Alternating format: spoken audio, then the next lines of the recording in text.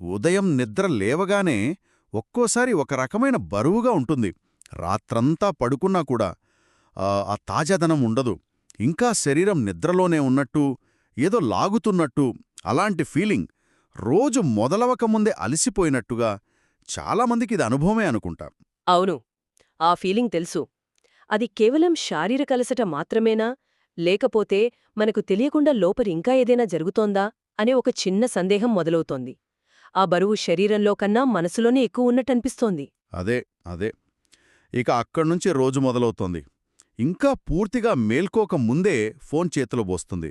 Laptop తెరిచినప్పటినుంచి ఒక యుద్ధం మొదలైనట్టుంటుంది. Coffee cup table మీద పెట్టేలోపే మెయిల్స్, ఆ మెయిల్ తెరిచేలోపే టీమ్స్ నోటిఫికేషన్స్, అది క్లోజ్ చేసేసరికి వాట్సాప్ గ్రూపుల్లో మెసేజ్లు, ఒకదాని తర్వాత ఒకటి ఆగకుండా. ఆ ప్రవాహంలో మనం కూడా కొట్టుకుపోతాం. ఏదో ఒక పని చేస్తూనే ఉంటాం. టిక్ టిక్ మంటూ పనుల జాబితాలో కొన్ని పూర్తవుతాయి.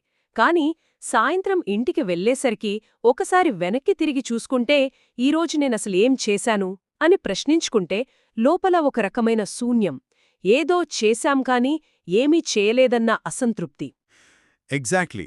ఆ అసంతృప్తి, ఆ అలసట, ఏదో ముఖ్యమైన పని చెయ్యాలనుకుని రోజంతా దాని చుట్టూ తిరిగి చివరికి దాన్ని మొదలుకూడా పెట్టలేకపోయామనే ఫీలింగ్. అప్పుడు మనసులో వచ్చే మొదటి ఆలోచన ఏంటి? నాకే ఫోకస్ లేదు, నాలో విల్పవర్ తక్కువ, నేను బద్ధకస్తుడ్ని. మనల్ని మనమే తిట్టుకుంటాం, మనల్ని మనం జడ్జి చేసుకుంటాం. ఇది చాలా సహజం. మనల్ని మనం తప్పు పట్టుకోవడం అనేది చాలా సులభమైన దారి. కాని ఈరోజు మనం మాట్లాడుకుంటున్న ఈ పుస్తకంలో ఒక ఆసక్తికరమైన ఆలోచనుంది. బహుశా ఈ సమస్య మన వ్యక్తిత్వంలో లోపం కాకపోవచ్చు, మనం పనిచేస్తున్న వాతావరణంలో, మన మెదడు పనిచేసే విధానంలో వచ్చిన మార్పులకు సంబంధించినది కావచ్చు అనే కోణాన్ని చూపిస్తుంది. ఓకే, ఇది కొంచెం ఆసక్తికరంగా ఉంది. అంటే సమస్య నాలో లేదు అంటున్నారా? ఇది వినడానికి కొంచెం రిలీఫ్గా ఉన్నా నమ్మడానికి కష్టంగా ఉంది. ఎందుకంటే మనమందరం మనల్ని మనం మెరుగుపరుచుకోవాలి, మన ఫోకస్ పెంచుకోవాలి అనే ఆలోచనలతోనే పెరిగాం. కాని మీరు వాతావరణం అంటున్నారు. ఇక్కడే అసలు విషయముంది. మనం మన మెదడును ఒక మెషీన్లాగా చూస్తాం. పని ఇచ్చాను కదా, ఎందుకు ఫోకస్ పెట్టడం లేదు, ఎందుకు అవుట్పుట్ ఇవ్వడం లేదు అని డిమాండ్ చేస్తాం. కాని మెదడు, అది ఒక సున్నితమైన జీవిలాంటిది.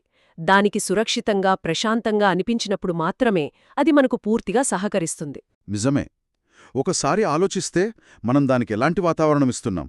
ఉదయం లేవగానే ఫోన్లో ప్రపంచంలోని సమస్యలు, ఆఫీస్ టార్గెట్లు, కుటుంబ బాధ్యతలు, ఆ ఈఎంఐ రిమైండర్లు, ఇవన్నీ ఒకేసారి మనసు మీద దాడి చేసినప్పుడు అప్పుడు మెదడుకు వెళ్లే సందేశం, ఇది ప్రశాంతంగా కూర్చుని లోతుగా ఆలోచించాల్సిన సమయం కాదు, బ్రతకడానికి పోరాడాల్సిన సమయమని. దాన్ని ఒక రకంగా సర్వైవల్ మోడ్ అనొచ్చు. మనకు తెలియకుండానే మన మెదడు ఆ మోడ్లోకి వెళ్ళిపోతోంది. అది తన శక్తిని కాపాడుకోవడానికి ప్రయత్నిస్తోంది, ప్రమాదాల నుండి తప్పించుకోవడానికి చూస్తోంది. ఇది చాలా బాగా కనెక్ట్ అయింది నాకు. ఆ సర్వైవల్ మోడ్లో ఉన్నప్పుడు మన ప్రవర్తన ఎలా ఉంటుందో నాకు తెలుసు. ఒక ముఖ్యమైన లోతుగా ఆలోచించాల్సిన పెద్ద పని టేబుల్ మీద ఉంటుంది. ఒక రిపోర్ట్ రాయడమో, ఒక కొత్త ప్రాజెక్ట్ ప్లాన్ చేయడమో. కాని దాన్ని మొదలుపెట్టాలంటేనే ఒక రకమైన భయం, ఆందోళన. మనసు దాని దగ్గరికి వెళ్లదు. ఎందుకంటే ఆ పనులకు చాలా మానసిక శక్తి కావాలి, ప్రశాంతత కావాలి. కాని సర్వైవల్ మోడ్లో ఉన్న మెదడు శక్తిని ఆదా చేసుకోవడానికి ప్రయత్నిస్తోంది. అందుకే అది సులభమైన దారులను వెతుక్కుంటోంది, తక్కువ శక్తితో పూర్తయ్యే పనుల వైపు పరుగులు తీస్తోంది. అవును, అందుకే మనసు చిన్న చిన్న పనుల వైపు లాగుతుంది. వచ్చిన 20 మెయిల్స్కి సమాధానం ఇవ్వడం, నోటిఫికేషన్స్ అన్నీ క్లియర్ చేయడం, వాట్సాప్ రిప్లై ఇవ్వడం, కాసేపు సోషల్ మీడియా స్క్రోల్ చేయడం. ఇవి చేసిన వెంటనే ఒక పని అయిపోయిందనే చిన్న సంతృప్తి వస్తుంది. ఒక క్విక్ రిలీఫ్ అనమాట. కానీ ఆ పెద్ద పని మాత్రం అక్కడే ఉంటుంది మనల్ని చూస్తూ. ఇక్కడ ఆశ్చర్యకరమైన విషయమేంటంటే, ఆ చిన్న పనులు మనకు తక్షణ ఉపశమనాన్ని ఇస్తాయి. కాని అవి మన అసలైన లక్ష్యం నుంచి మనల్ని దూరం చేస్తాయి. ఆ పెద్ద పని దగ్గరికి రాగానే ఒక రకమైన రెస్ట్లెస్నెస్, కుర్చీలో సరిగా కూర్చోలేకపోవడం, పదే పదే ఫోన్ చూడాలనిపించడం, ఇవన్నీ మొదలవుతాయి. ఎందుకంటే మెదడు ఆ లోతైన పనినే ఒక ప్రమాదంగా చూస్తోంది, ఎక్కువ శక్తిని తినేసే పనిగా భావిస్తోంది. అయితే ఇది కేవలం మన బద్ధకం కాదన్నమాట. మన మెదడు తనను తాను రక్షించుకునే ప్రయత్నమా?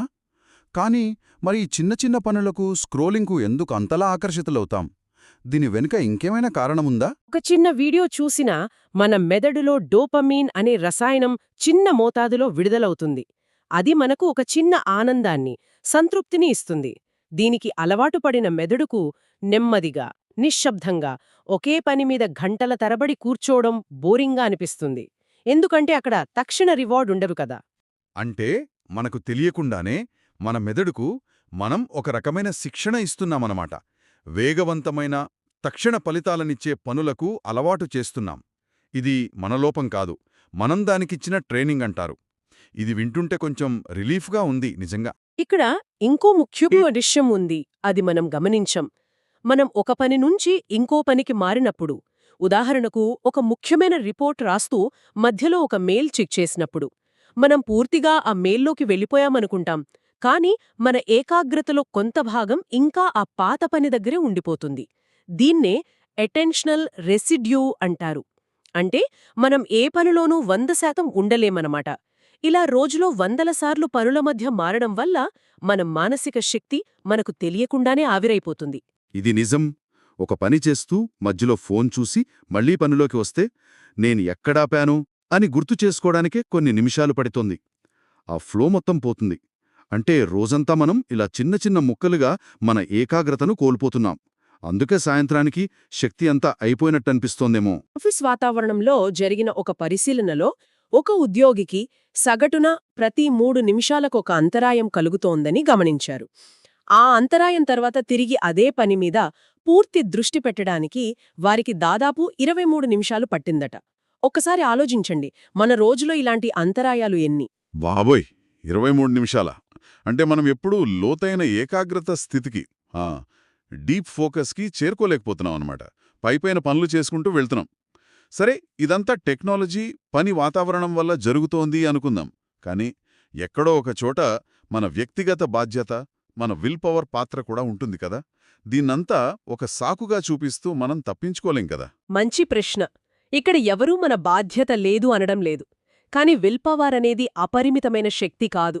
అది కూడా ఒక బ్యాటరీ లాంటిది. ఉదయం నిద్ర లేచినప్పటినుంచి మన ఏకాగ్రతను దొంగిలించే శక్తులతో పోరాడుతూ ఉంటే ఆ బ్యాటరీ మధ్యాహ్నానికి అయిపోతుంది. అసలు విషయమేంటంటే, ఈ సమస్యను కేవలం వ్యక్తిగత క్రమశిక్షణ లోపంగా చూడకుండా మనల్ని ప్రభావితం చేస్తున్న పెద్ద శక్తులను కూడా అర్థం చేసుకోవాలి. మన ఏకాగ్రతే ఒక వ్యాపార వస్తువుగా మారిన ప్రపంచంలో మనమున్నాం. ఈ మొత్తం విషయంలో మనం పెద్దగా మాట్లాడుకోని ఒక నిశ్శబ్దమైన పాత్ర ఉంది అనిపిస్తోంది. అదే నిద్ర. దాని ప్రభావం ఎంత బలంగా ఉంటుంది. అదే పునాది. మనం దాని గురించి చివరిగా మాట్లాడుకుంటాం, కాని దాంతోనే అంతా మొదలవుతుంది. రాత్రి 12 దాటినా 1 గంట అయినా ఇంకో 5 నిమిషాలు చూద్దామనుకుంటూ గంటల తరబడి స్క్రీన్ చూడటం. మనకు నిద్రొస్తున్నా ఆ స్క్రోలింగ్ ఆపలేం. ఎందుకంటే రోజంతా మన మెదడు హైపర్ స్టిమ్యులేటెడ్గా ఉండటానికి అలవాటు పడింది. దానికి ప్రశాంతంగా, నెమ్మదిగా విశ్రాంతి తీసుకోవడం ఎలాగో తెలియడం లేదు. ఆ తర్వాత పడుకున్నా ఉదయం శరీరం మేల్కొంటుంది, కానీ మెదడు ఇంకా నిద్రలోనే ఉన్నట్టుగా అనిపిస్తుంది.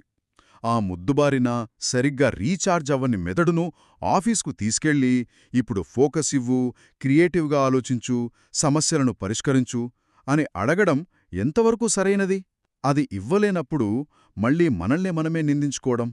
ఇప్పుడు వీటన్నిటినీ కలిపి చూస్తే, ఉదయం లేవగానే అలసిపోయిన మెదడుతో రోజును మొదలుపెట్టడం ఒక ఎత్తైతే, దానిపై మళ్ళీ ఉదయాన్నే ఫోన్ చూడటంతో ఆఫీస్ ఒత్తిడి, ప్రపంచంలోని సమస్యలు, ఇతరుల జీవితాలలోని హైలైట్స్ ఇవన్నీ ఒకేసారి మీద పడతాయి.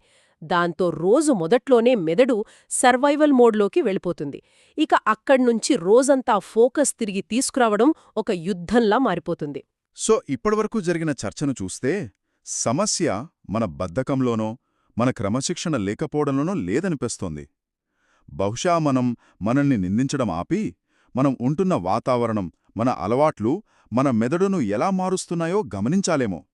మనం నాలో ఫోకస్ ఎందుకు లేదు అని అడిగే బదులు, నా ఫోకస్ను ఏవి దొంగిలిస్తున్నాయి అని అడగాలేమో. అదే, మనల్ని మనం మార్చుకునే ముందు మన చుట్టూ ఉన్న పరిస్థితులను, మన శరీరం మనకిస్తున్న సంకేతాలను అర్థం చేసుకోవడం మొదటి అడుగు. ఆ కుర్చీలో కూర్చోలేకపోవడం ఒక సంకేతం. ఆ చిన్న పనుల వైపు మనసు లాగడం ఒక సంకేతం. రాత్రి నిద్ర పట్టకపోవడం ఒక సంకేతం. ఆ సంకేతాలను మనం విస్మరించి మనల్ని మనం బలవంతం చేస్తున్నాం. నువ్వు చెయ్యాలి, నువ్వు ఫోకస్ పెట్టాలి అని. కాని లోపల వ్యవస్థ సహకరించినప్పుడు ఆ పోరాటంలో మనం ఓడిపోతాం, మరింత అలసిపోతాం. ఈ మొత్తం ఆలోచనా విధానం చాలా కొత్తగా ఉంది. ఎందుకంటే మనమంతా కష్టపడి పనిచేయాలి, పట్టుదల ఉండాలి అనే మాటలే విన్నాం. కాని నీ మెదడుకు విశ్రాంతినివ్వు, దానికి సురక్షితంగా అనిపించేలా చూసుకో అని ఎవరూ చెప్పలేదు. మనల్ని మనం కరుణతో చూసుకోవడం గురించి ఎవరూ మాట్లాడలేదు. కాలం మారింది. మన ముందున్న సవాళ్లు మారాయి. ఒక 15 ఏళ్ల క్రితం మన పని వాతావరణం వేరు. ఇప్పుడు మన అరచేతిలో ప్రపంచముంది, దాంతోపాటు ప్రపంచంలోని అన్ని సమస్యలు, ఒత్తిడులు కూడా ఉన్నాయి.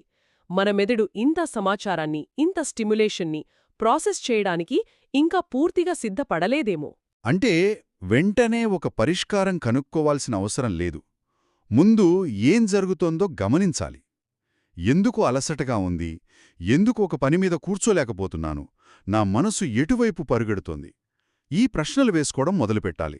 అవును, సమాధానాల కోసం కంగారుపడక్కర్లేదు. కేవలం గమనించడం, మన శరీరం, మనసు ఇస్తున్న సంకేతాలను వినడం. బహుశా అదే మొదటి అడుగు. చివరిగా ఒక ఆలోచన.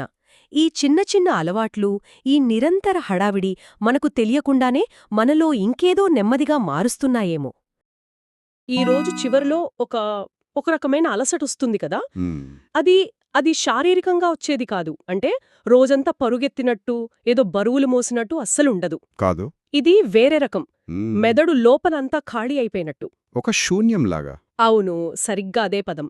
రోజంతా చూసుకుంటే ఉదయం నుండి రాత్రి వరకు క్షణం తీరిక లేకుండా ఏదోకటి చేస్తూనే ఉన్నట్టనిపిస్తుంది. బిజీగా ఉన్న ఫీలింగ్. చాలా బిజీగా. కాల్స్, మెయిల్స్, మీటింగ్స్, మళ్ళీ ఇంట్లో పనులు, ఆ లిస్ట్ చాలా పెద్దగా ఉంటుంది.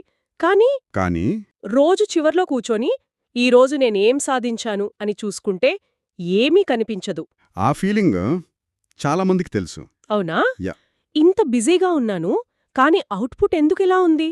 ఈ ప్రశ్న ఈ మధ్య నన్ను బాగా ఇబ్బంది పెడుతోంది. ఇది కేవలం నా ఒక్కదాని సమస్యే కాదేమో అనిపిస్తోంది. అస్సలు కాదు. నిజానికి దీన్ని ఒక వ్యక్తిగత బలహీనతగా చూడటమే మనం చేసే మొదటి పొరపాటు. అంటే ఇది ఒక పెద్ద మార్పులో భాగం. చాలా నెమ్మదిగా మనకు తెలియకుండానే జరుగుతున్న మార్పు. మన ఏకాగ్రత అంటే ఒక విషయం మీద మనసును నిలిపే శక్తి. ఫోకస్. అవును, ఫోకస్. దానిమీద మనకున్న పట్టు మనకు తెలియకుండానే రోజురోజుకి, సంవత్సరం జారిపోతోంది. జారిపోతోందా? అవును. ఇది నిన్న మొన్న మొదలైంది కాదు. ప్రతి చిన్న అంతరాయం, ఫోన్కొచ్చే ప్రతి నోటిఫికేషన్, అది మన ఏకాగ్రత మీద ఒక చిన్న గీత గీస్తుంది. ప్రతిసారి మనం మన పనిలోంచి బయటకు లాగబడతాం. అలా జరుగుతూ చివరికి మన మెదడు ఒక పని మీద నిరంతరాయంగా ఉండటమనే అలవాటునే మర్చిపోతుంది. ప్రశాంతమైన, లోతైన స్థితిలోకి వెళ్లడమే కష్టమైపోతోంది. సరిగ్గా. నిజమే. ముఖ్యంగా ఆఫీస్ వాతావరణంలో ఇది మరీ ఎక్కువ. ఈ ఓపెన్ ఆఫీస్ కల్చర్ వచ్చినప్పటినుండి దాని గురించి చెప్పక్కర్లేదు. పరిస్థితి ఇంకా దారుణంగా తయారైంది. మనమెంతో లోతుగా ఒక పనిలో లీనమై ఉంటాం. అప్పుడే పక్కనుంచొక సహోద్యోగి ఒక్క నిమిషం అని పిలుస్తారు. ఆ ఒక్క నిమిషం ఎప్పటికో ఒక్క నిమిషం ఉండదు. అస్సలుండదు. అటి మన ఆలోచనా ప్రవాహాన్ని పూర్తిగా ఆపేస్తుంది. కాని ఇక్కడొక వాదనుంది కదా, ఓపెన్ ఆఫీస్ వెనుక ఉద్దేశ్యం సహకారాన్ని పెంచడమని. కొలాబరేషన్. అవును. మరి ఏకాగ్రతకు, సహకారానికి మధ్య సరైన బ్యాలెన్స్ సాధించడం ఎలా? ఇది చాలా ముఖ్యమైన ప్రశ్న. మనం సహకారం పేరుతో నిరంతరాయమైన అంతరాయాల సంస్కృతిని, అంటే a culture of constant interruption, దాన్ని సృష్టించామనే ఒక వాదనుంది. నిజమైన సహకారం అంటే ఒకరినొకరు ఎప్పుడు పడితే అప్పుడు డిస్టర్బ్ చేసుకోవడం కాదు. అది ప్రణాళికాబద్ధంగా జరగాలి. అవును. ఏకాగ్రత అనేది అది చాలా సున్నితమైన మానసిక స్థితి. చాలా సున్నితమైనది. ఒకసారది భంగపడితే మళ్లీ అదే లోతుకు వెళ్లడానికి సగటున 23 నిమిషాలు పడుతుందట. 23 నిమిషాలా? అవును. ఆలోచించండి, ఒక గంటలో కేవలం 2 సార్లు మనల్ని ఎవరైనా డిస్టర్బ్ చేసినా మనం దాదాపు గంట మొత్తం ఆ పనిమీద పూర్తి దృష్టి పెట్టలేకపోతున్నామన్నమాట. అంటే మనం చేసేది మల్టీటాస్కింగ్ అని గొప్పగా చెప్పుకుంటాం కాని అది నిజం కాదన్మాట. నా విషయంలో అయితే ఒక ముఖ్యమైన మెయిల్ రాస్తున్నప్పుడు పక్కనుంచి వాట్సాప్ నోటిఫికేషన్ సౌండ్ వస్తే చాలు, అంతే, నా ఆలోచనల రైలు పట్టాలు తప్పినక్కే. ఆ తర్వాత నేను దేని గురించి రాస్తున్నానో గుర్తు తెచ్చుకోవడానికే 2 నిమిషాలు పడుతుంది. ఇది చాలా చిన్న విషయంగా అనిపించచ్చు, కానీ రోజంతా ఇలా జరుగుతూనే ఉంటుంది. ఇక్కడే మనం మల్టీటాస్కింగ్ అనే పదం వెనుక ఉన్న ఒక పెద్ద అపోహ గురించి మాట్లాడుకోవాలి. అపోహనా? ఖచ్చితంగా. నిజానికి మనమెవరూ మల్టీటాస్కింగ్ చేయడం లేదు. మన మెదడు ఒకేసారి 2 పనుల మీద పూర్తిస్థాయిలో దృష్టి పెట్టలేదు. అవునా? లేదు. మనం చేసేది ఒక పని నుండి ఇంకొక పనికి చాలా వేగంగా మారడం. దాన్ని టాస్క్ స్విచ్చింగ్ అంటారు. ఓ, టాస్క్ స్విచ్చింగ్. అవును. అలా మారిన ప్రతిసారి ఒక ఆసక్తికరమైన విషయం జరుగుతుంది. దాన్ని అటెన్షన్ రెసిడ్యూ అంటారు. అటెన్షన్ రెసిడ్యూ అంటే అంటే మనం ఒక పని నుండి ఇంకో పనికి మారినప్పుడు మన మెదడులో కొంత భాగం ఇంకా పాత పని గురించే ఆలోచిస్తూ ఉంటుంది. అలాగా. ఉదాహరణకి మీరొక రిపోర్ట్ రాస్తూ మధ్యలో ఒక మెయిల్కి రిప్లై ఇస్తే మళ్ళీ రిపోర్టుకి తిరిగొచ్చాక కూడా మీ మెదడులో కొంత భాగం ఆ మెయిల్ గురించే ప్రాసెస్ చేస్తూ ఉంటుంది. అందుకే కొత్త పని మీద వెంటనే 100% దృష్టి పెట్టలేకపోతాం. సరిగ్గా. మనం ఒకేసారి 2 పనులు చేస్తున్నామని అనుకుంటాం, కానీ నిజానికి 2 పనులను అరకొరగానే చేస్తున్నామన్నమాట. వావ్! అటెన్షన్ రెసిడ్యూ ఈ పదం సమస్యను చాలా స్పష్టంగా వివరిస్తుంది. అంటే మనం పని మారుతున్న ప్రతిసారీ మన ఏకాగ్రతలో కొంత భాగాన్ని పాత పని దగ్గరే వదిలేసి వస్తున్నామన్నమాట. అవును. రోజంతా ఇలా 100 సార్లు చేసినప్పుడు సాయంత్రానికి మన మానసిక శక్తి అంతా ముక్కలు ముక్కలుగా చెల్లచెదరైపోతుంది. అందుకే ఆ ఖాళీ ఫీలింగ్ వస్తోందేమో. రావడానికి బలమైన కారణం ఇదే. ఇది కేవలం ఆఫీస్కే పరిమితం కాదు కదా, బాధ్యతలు ఎక్కువ ఉన్నవాళ్ల జీవితాల్లో ఇది ఇంకా తీవ్రంగా ఉంటుంది. ఉదాహరణకు వర్కింగ్ పేరెంట్స్. వాళ్ల పరిస్థితి ఇంకా కష్టం. వాళ్లు ఆఫీస్లో పని ఒత్తిడిని, ఇంట్లో పిల్లల బాధ్యతలను ఒకేసారి బ్యాలెన్స్ చేయాలి, లేదా ఇంట్లో పెద్దవాళ్ల బాగోగులు చూసుకునేవాళ్లు. వాళ్లకసలు అంతరాల్యం లేని సమయం దొరకడమే ఒక లగ్జరీ. నిజం. అలాంటి వాళ్లు నాకు ఏకాగ్రత కుదరట్లేదు అని తమను తాము నిందించుకోవడం అది ఎంత అన్యాయమో అనిపిస్తోంది. ఖచ్చితంగా. ఈ విశ్లేషణలో మనం గుర్తుంచుకోవాల్సిన అతి ముఖ్యమైన విషయం ఇదే. ఇది వ్యక్తిగత వైఫల్యం కాదు. కాదు. ఇది మనమున్న వ్యవస్థ ప్రభావం. మనల్ని మనం నిందించుకోవడం చాలా సులభం. నాకే ఓపిక లేదు, నాకే ఏకాగ్రత లేదు అని అనుకోవడం మనకు అలవాటు. అవును, నేను ఇంకా కష్టపడాలి అని కూడా అనుకుంటాం. కానీ ఒకసారి ఆగి మన చుట్టూ ఉన్న ప్రపంచం, టెక్నాలజీ, పని సంస్కృతి ఇవన్నీ మన ఏకాగ్రతను ఒక వ్యాపార వస్తువుగా ఎలా చూస్తున్నాయో గమనించాలి. వ్యాపార వస్తువుగానా? అవును. మన ఏకాగ్రతను లాక్కోవడానికే కదా apps, social media platforms design చేయబడ్డాయి. ఈ అవగాహన వచ్చినప్పుడు మనల్ని మనం నిందించుకోవడం మానేస్తాం. ఈ సమస్య మూలాలు మనలో కాకుండా మన చుట్టూ ఉన్న వ్యవస్థలో ఉన్నాయని గుర్తిస్తాం. సరే, ఈ అవగాహన వచ్చింది, మన తప్పు కాదని అర్థమైంది. కానీ ఆ తర్వాతేం చెయ్యాలి? దాన్ని మార్చడానికి మనం చేసే ప్రయత్నాలు కూడా ఫెయిలవుతున్నాయి కదా. ఉదాహరణకి, ఈరోజు ఎలాగైనా ఈ పని పూర్తి చెయ్యాలి అనుకుంటాం. ఏకాగ్రత పెంచుకోడానికి ఇంకా ఎక్కువ కాఫీ తాగుతాం. మనతో మనం ఇంకా కఠినంగా మాట్లాడుకుంటాం.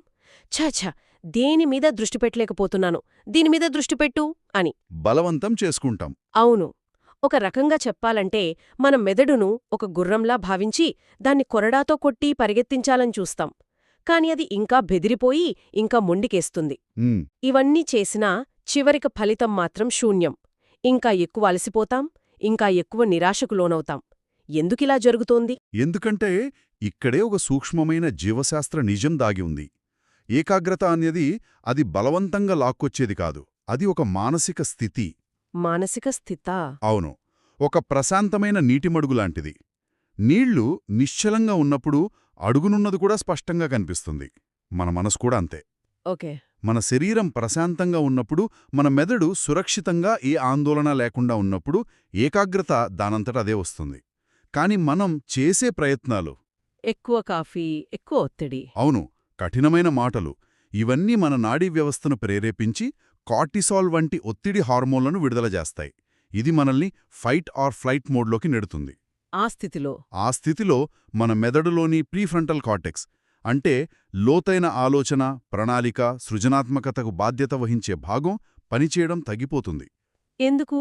ఎందుకంటే శరీరం మనుగడ మీద దృష్టి పెడుతుంది, కొత్త ఐడియాల మీద కాదు. అందుకే మనమెంత ప్రయత్నించినా ఏకాగ్రత కుదరదు. మనం చేసే ప్రయత్నాలే మన లక్ష్యానికి అడ్డుగా నిలుస్తున్నాయి. అంటే మన మెదడును శత్రువులా కాకుండా మిత్రుడిలా చూడాలన్నమాట. సరిగ్గా. దాన్ని బలవంతం చేసేవి కాకుండా దానికి సహకరించేవి చెయ్యాలి. అంటే దీనికి పరిష్కారాలు కూడా అంతే సున్నితంగా, అంతే నెమ్మదిగా ఉండాలి. అవును. రేపటి నుండి నా జీవితాన్ని మొత్తం మార్చేస్తాను లాంటి పెద్ద పెద్ద మార్పులు కాకుండా మెదడుకు అనుకూలమైన చిన్న చిన్న మార్పులు చేసుకోవాలేమో. ఖచ్చితంగా. ఉదాహరణకు, ఒకేసారి గంటల తరబడి పనిచేయాలని టార్గెట్ పెట్టుకోకుండా పొమడోరో టెక్నిక్ లాగా 25 నిమిషాలు పనిచేసి 5 నిమిషాలు బ్రేక్ తీసుకోవడం. అది చాలా మంచి పద్ధతి. లేదా మనల్ని డిస్ట్రాక్ట్ చేసే నోటిఫికేషన్లను కొంతసేపు ఆపివేయడానికి ఫోకస్ మోడ్ లాంటివి వాడటం. చాలా చిన్నవిగా అనిపించచ్చు కానీ బహుశా మన మెదడుకు కావలసింది ఈ చిన్నపాటి దయ, ఈ చిన్నపాటి ఊరట ఏమో. ఖచ్చితంగా పెద్ద మార్పుల కంటే చిన్న చిన్న నిలకడైన మార్పులు ఎక్కువ ప్రభావం చూపుతాయి. ఇంకొక ముఖ్యమైన విషయం, లోతైన పని అంటే డీప్ వర్క్ మరియు ఉతుల పని షాలో వర్క్ మధ్య తేడాను గుర్తించటం. Deep work and shallow work. అవును, మెయిల్స్ చెక్ చేయడం, చిన్న చిన్న మెసేజ్లకు రిప్లై ఇవ్వడం లాంటివి షాలో వర్క్. వీటికి ఎక్కువ ఏకాగ్రత అవసరం లేదు. కానీ ఒక ప్రాజెక్ట్ మీద పనిచేయడం, ఒక కొత్త నైపుణ్యం నేర్చుకోవడం లాంటివి డీప్ వర్క్. వీటికి అంతరాయం లేని సమయం కావాలి. సరిగ్గా మన రోజులో కొంత సమయాన్ని, కనీసం 1 గంటైనా ఈ డీప్ వర్క్ కోసం కేటాయించుకోగలిగితే, అంటే ఆ సమయంలో ఫోన్ నోటిఫికేషన్లన్నీ పక్కన పెట్టి కేవలం ఆ ఒక్క పని మీద దృష్టి పెట్టగలిగితే, అప్పుడు ఆ ఏమీ సాధించలేదు అనే భావన నెమ్మదిగా తగ్గుతుంది. అంటే మన సమయాన్ని, శక్తిని దేనిమీద పెడుతున్నామనే స్పృహ పెంచుకోవడమే మొదటి అడుగు. అంతా గందరగోళంగా కాకుండా ఉద్దేశపూర్వకంగా మన రోజును ప్లాన్ చేసుకోవడం. హ్మ్, ఇది వినడానికి సులభంగానే ఉంది, కానీ ఆచరణలో పెట్టడం చాలా కష్టం. ఎందుకంటే మన చుట్టూ ఉన్న ప్రపంచం మొత్తం మనల్ని నిరంతరం లాగుతూ ఉంటుంది. అవును. అందుకే అసలు సమస్య ఏకాగ్రతను ఎలా తీసుకురావాలి అనేది కాదేమో. మనం అడగాల్సిన అసలు ప్రశ్న అది కాదేమో. మరి అసలు ప్రశ్నేంటి?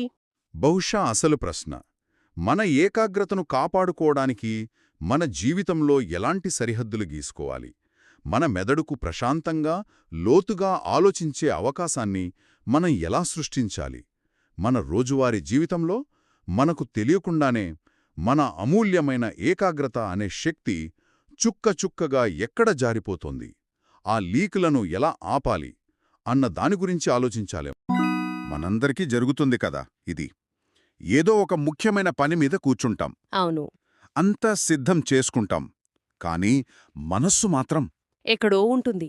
ఒక ప్రవాహంలో కొట్టుకుపోతున్నట్టు ఉంటుంది. అవును, ఎక్కడెక్కడో తిరుగుతూ ఉంటుంది. ఫోకస్ చేద్దామని ఎంత ప్రయత్నించినా ఆ మనస్సు నిలకడగా ఉండదు. ఆ సమయంలో మనల్ని మనం తిట్టుకోవడం మొదలు పెడతాం. నాకేంటి సమస్య అని. కరెక్ట్, నాలో ఏకాగ్రత లేదా, నేనింతేనా అనిపిస్తుంది. నిజమే. కానీ అసలు సమస్య మనలో లేకపోవచ్చు. మనం అడగాల్సిన ప్రశ్న కూడా బహుశా వేరేలా ఉండాలేమో. అంటే నాలో ఫోకస్ ఎలా పెంచుకోవాలి అని కాదా? అది కాదు.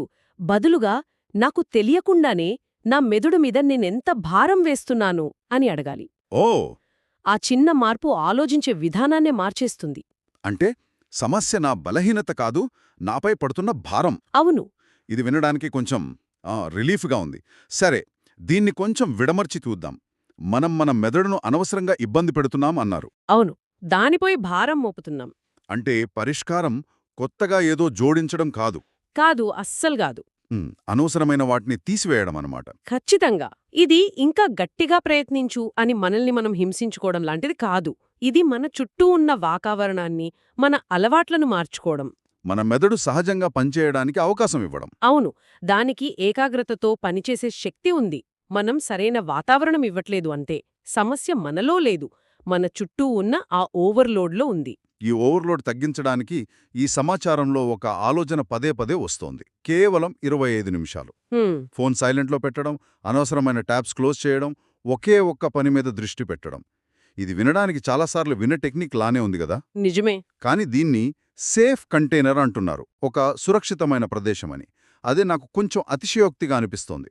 కేవలం 25 నిమిషాలు ఫోన్ పక్కన పెడితే మన బ్రెయిన్ దాన్ని సురక్షితమని ఎలా ఫీల్ అవుతుంది? సరే, బయట ప్రపంచంలో నిరంతరం శబ్దాలు, ప్రమాదాలు, అంటే నోటిఫికేషన్లు, ఈమెయిల్స్, కాల్స్. ఆ జంతువు బయటకు రావాలంటే భయపడుతోంది. ఆ 25 నిమిషాలు మనం దానికొక సురక్షితమైన గుహను కట్టివ్వడం లాంటిది. ఈ సమయంలో నిన్ను ఏది ఇబ్బంది పెట్టదు, నువ్వు ప్రశాంతంగా ఉండు అని భరోసా ఇవ్వడం. పోలిక చాలా బాగుంది. అంటే మన మెదడు ఇప్పుడు మనల్ని నమ్మడం లేదన్నమాట. దాదాపుగా అంతే. నేను ఈ 5 నిమిషాలు ఫోన్ చూడను అని చెప్పి 30 సెకండ్లకే చూస్తాను కాబట్టి అది నన్ను నమ్మడం లేదా? సరిగ్గా అదే. ఆలోచించండి, మన మెదడు ఒక పని నుంచి ఇంకో పనికి మారిన ప్రతిసారీ తిరిగి పూర్తి ఏకాగ్రత సాధించడానికి సగటున 23 నిమిషాలు పడుతుందట. 23 నిమిషాలా? అవును. అంటే ఒకే ఒక్క నోటిఫికేషన్ మన అరగంట సమయాన్ని నాశనం చేయగలదు. అప్పుడు అర్థమవుతోంది. అందుకే ఆ 25 నిమిషాల నిశ్శబ్దం కేవలం ప్రశాంతత కోసం కాదు, అది మన మెదడుకు మనం కోల్పోయిన నమ్మకాన్ని తిరిగివ్వడం లాంటిది. అలా రోజూ కొద్దిసేపు సేఫ్ కంటైనర్ ఇవ్వటం ద్వారా ప్రశాంతంగా ఉండటం సురక్షితమే అని దానికి మనం నేర్పిస్తున్నాం. అవును, నెమ్మదిగా అది నమ్మడం మొదలుపెడుతుంది. ఇప్పుడు అర్థమైంది. కాని ఆ 25 నిమిషాల తర్వాత కూడా ఆ నమ్మకాన్ని నిలబెట్టుకోవడం ముఖ్యం గదా. ఖచ్చితంగా. ఎందుకంటే మనం వెంటనే మళ్ళీ అదే ఒత్తిడిలోకి, అదే ప్రపంచంలోకి వెళ్ళిపోతాం. బహుశా ఇక్కడే ఆ చిన్న చిన్న బ్రేక్స్ పాత్ర వస్తుందేమో. అక్కడికే వస్తున్నాను. వాటిని ప్రొడక్టివిటీ ట్రిక్స్ అనకుండా నర్వస్ సిస్టమ్ కేర్ అంటే నాడీ వ్యవస్థ సంరక్షణ అని చెప్పడం నాకు చాలా నచ్చింది. అవును, అది చాలా ముఖ్యమైన పదం. ఎందుకంటే మన శరీరం, మనసు వేరువేరు కాదు. మన ఒత్తిడిలో ఉన్నప్పుడు మన నరాల వ్యవస్థ యాక్టివేట్ అవుతుంది. అంటే ఆ ఫైట్ ఆర్ ఫ్లైట్ మోడ్ అంటారు కదా, అది. కండరాలు బిగుసుకుంటాయి. ఆ స్థితిలో ఒక ఎక్సెల్ షీట్ మీద ఫోకస్ చేయడం అసాధ్యం. అసాధ్యం. మీరు చెబుతుంటే నాకు గుర్తొస్తోంది, నేను ఏదైనా ముఖ్యమైన ఈమెయిల్ రాస్తున్నప్పుడు నాకు తెలియకుండానే నా ఊపిరి బిగపడతాను. చాలా మందికి అవుతుంది. నా భుజాలు పైకి లేచి టైట్ అయిపోతాయి. అది నా నాడీ వ్యవస్థ ఇచ్చే సంకేతమేనా? ఖచ్చితంగా. అది మీ శరీరం ప్రమాదం అని ఇస్తున్న సంకేతం. ఆ సమయంలో మనం లోతుగా శ్వాస తీసుకున్నప్పుడు, లేచి కాస్త అటూ ఇటూ నడిచినప్పుడు మన నాడీ వ్యవస్థలోని మరో భాగం దేవరులోకి వస్తుంది. అంటే రిలాక్స్ మోడ్. అవును, అది మన శరీరానికి అంతా సురక్షితమే, పులి వెళ్ళిపోయింది, ఇప్పుడు విశ్రాంతి తీసుకోవచ్చు అని సంకేతమిస్తుంది. ఆ మార్పే ఏకాగ్రతకు పునాది. అందుకే బ్రేక్ అనేది పనిని ఎగ్గొట్టడం కాదు, పనికి సిద్ధమవ్వడం. సరిగ్గా. అది వినడానికి బావుంది. కానీ ఆఫీసులో పని ఒత్తిడి మధ్యలో ఒక్క నిమిషం, నా నరాల వ్యవస్థను శాంతపరుచుకోవాలి అని లేచి నడవమంటే ఎలా? ఇది చాలామందికొచ్చే సందేహమే. మన మేనేజర్ ఏమనుకుంటాడు? ఇది ఆచరణలో సాధ్యమేనా? దీనికి గంటల తరబడి యోగా చెయ్యాల్సిన అవసరం లేదు. ఎవరికీ తెలియకుండా చేయగలిగే చిన్న పనులున్నాయి. ఎలా? మీ కుర్చీలో కూర్చుని 2 సార్లు నెమ్మదిగా లోతుగా శ్వాస తీసుకోవడం. ఓకే. మీ పాదాలు నేలను తాకుతున్నాయో లేదో ఒక క్షణం గమనించడం. లేదా మీ చేతిలో ఉన్న పెన్నును ఒక్క క్షణం దాని బరువును, స్పర్శను ఫీలవ్వడం. ఇవి బయటకు కనిపించని చిన్న చర్యలు. అవును, కానీ ఇవి నాడీ వ్యవస్థకు నువ్వు ఇక్కడే ఈ క్షణంలో సురక్షితంగా ఉన్నావు అని చెప్పడానికి చాలా శక్తివంతమైన మార్గాలు. అంటే మన మనసును ఫోకస్ చేయమని బలవంతం చేస్తూ, మన శరీరమిచ్చే సంకేతాలను మనం ఎంత తరచుగా విస్మరిస్తామో కదా. నిజమే. శరీరం అలసిపోయిందని చెప్తున్నా, దాహంగా ఉందని చెప్తున్నా మనం పట్టించుకోం. ఆ సంకేతాలను వినడమే ఈ సంరక్షణలో మొదటి అడుగనమాట. అవును, మొదటి అడుగు. సరే, ఈ డిస్ట్రాక్షన్స్లో అతిపెద్దదైన మన ఫోన్ విషయానికి వద్దాం. డిజిటల్ సరిహద్దులు అనే మాట మనం చాలాసార్లు విన్నాం. కానీ ఈ సమాచారంలో స్పష్టత అనేది ఒక రకమైన ఉపశమనం. Clarity itself is relief. అవును, ఆ వాక్యం నన్ను చాలా ఆకట్టుకుంది. దాని వెనుక ఉన్న ఆలోచనేంటి? దీని వెనుక ఉన్నది కాగ్నిటివ్ లోడ్ లేదా మానసిక భారం అనే భావన. మానసిక భారమా? అవును, మన మెదడు రోజంతా లెక్కలేనన్ని నిర్ణయాలు తీసుకుంటుంది. ఈమెయిల్కి ఇప్పుడు రిప్లై ఇవ్వాలా వద్దా? సోషల్ మీడియా ఒకసారి చూడాలా వద్దా? చిన్న చిన్నవే, కాని చాలా ఉంటాయి. అవును, ఈ చిన్న నిర్ణయాలు కూడా మన మానసిక శక్తిని హరిస్తాయి. ఒక యాప్ని డిలీట్ చేయక్కర్లేదు, కానీ నేను ఇన్స్టాగ్రామ్ను సాయంత్రం 6 గంటలకు 15 నిమిషాలు మాత్రమే చూస్తాను అనే ఒక స్పష్టమైన నియమం పెట్టుకున్నామనుకోండి, ఆ రోజంతా చూడాలా వద్దా అనే సంఘర్షణ మన మెదడులోంచి తొలగిపోతుంది. ఖచ్చితంగా ఆ నిర్ణయం తీసుకోవాల్సిన భారం నుంచి మన మెదడుకు విముక్తి లభిస్తుంది. ఆ స్పష్టతే దానికి ఉపశమనం. అవును, ఆ మిగిలిన శక్తిని అది వేరే ముఖ్యమైన పనుల మీద పెట్టగలదు. ఇది మన మెదడులోని ప్లానింగ్ వేసే భాగానికి, ఆవేశంగా స్పందించే భాగానికి మధ్య జరిగే పోరాటం లాంటిది. స్పష్టమైన నియమం లేకపోతే ఆవేశం గెలుస్తుంది. అవును, మనల్ని ఫోన్ వైపు లాగుతుంది. కాని ఒక స్పష్టమైన సరిహద్దు ఉన్నప్పుడు మనం నియంత్రణలో ఉంటాం. మనం మెదడుతో గొడవ పట్టం లేదు, దానికొక దారి చూపిస్తున్నాం. ఈ స్పష్టత భారాన్ని తగ్గించడం అనే ఆలోచన, ఇది నిద్రకు కూడా వర్తిస్తుందనిపిస్తోంది. నిజమే. మనం సాధారణంగా నిద్రను ఒక డిసిప్లిన్గా చూస్తాం. నేను ఖచ్చితంగా 8 గంటలు నిద్రపోవాలి అని ఒక పనిలా. కాని ఇక్కడ నిద్రను ఒక రిపేర్ అంటే ఒక మరమ్మత్తు ప్రక్రియగా చూడమంటున్నారు. రెండింటిలోనూ ఉన్న ఉమ్మడి సూత్రం ఒకటే, మన మెదడును బలవంతం చేయకుండా సున్నితంగా దారి చూపించడం.